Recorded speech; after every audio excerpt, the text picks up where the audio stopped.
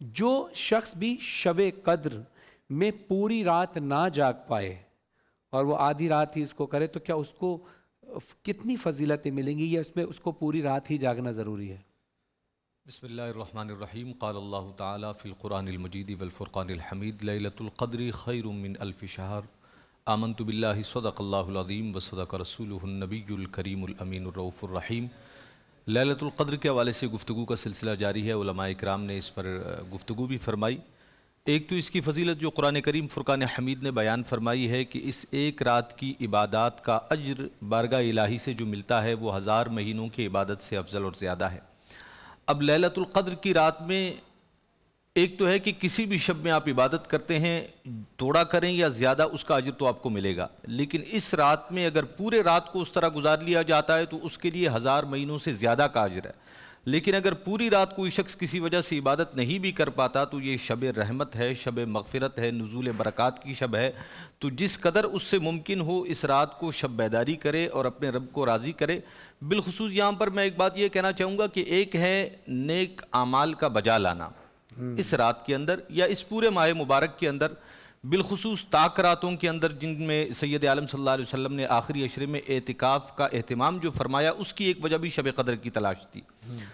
تو اگر کوئی شخص بہت زیادہ نیک اعمال نہیں بھی بجا لا پا رہا تو اللہ کی نافرمانی سے خود کو بچائے۔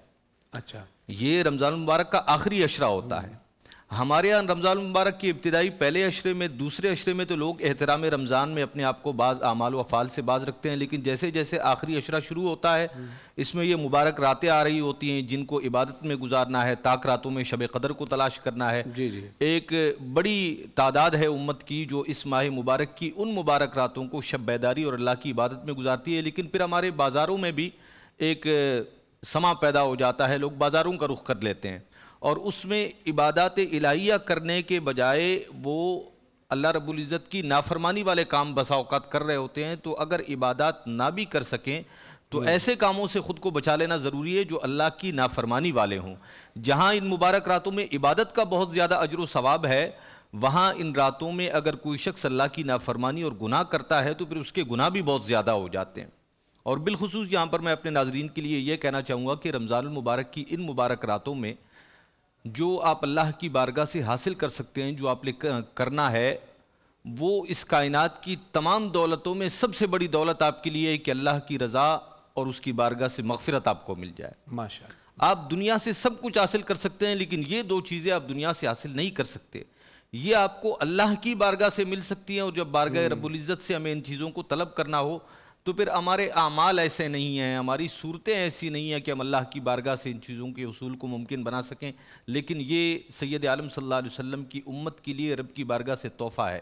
کہ تم جیسے ہی گناہ گار کیوں نہ ہو، تمہارے اعمال کیسے ہی کیوں نہ ہو، بس اس شب میں اللہ کی بارگاہ میں آ جاؤ، اپنے گناہوں سے توبہ کر لو، اللہ کی بارگاہ سے مغفرت طلب کر لو۔ اور توبہ کا یہاں پر کہتا چلوں کہ توبہ کا مطلب یہ نہیں ہے کہ ہاتھ اٹھائے اور دل آپ کے زبان کا ہم نوا نہ ہو۔ ہاں ہاں، آپ زبان سے تو کہہ رہے ہیں توبہ، لیکن ذہن میں ہے کہ باہر نکل کر پھر یہ کرنا ہے۔ توبہ کا مطلب بزرگوں نے اس کی مثال دی ہے کہ تیر سے نکلا ہوا کمان جس طرح اس کا واپسی آنا ممکن نہیں ہے،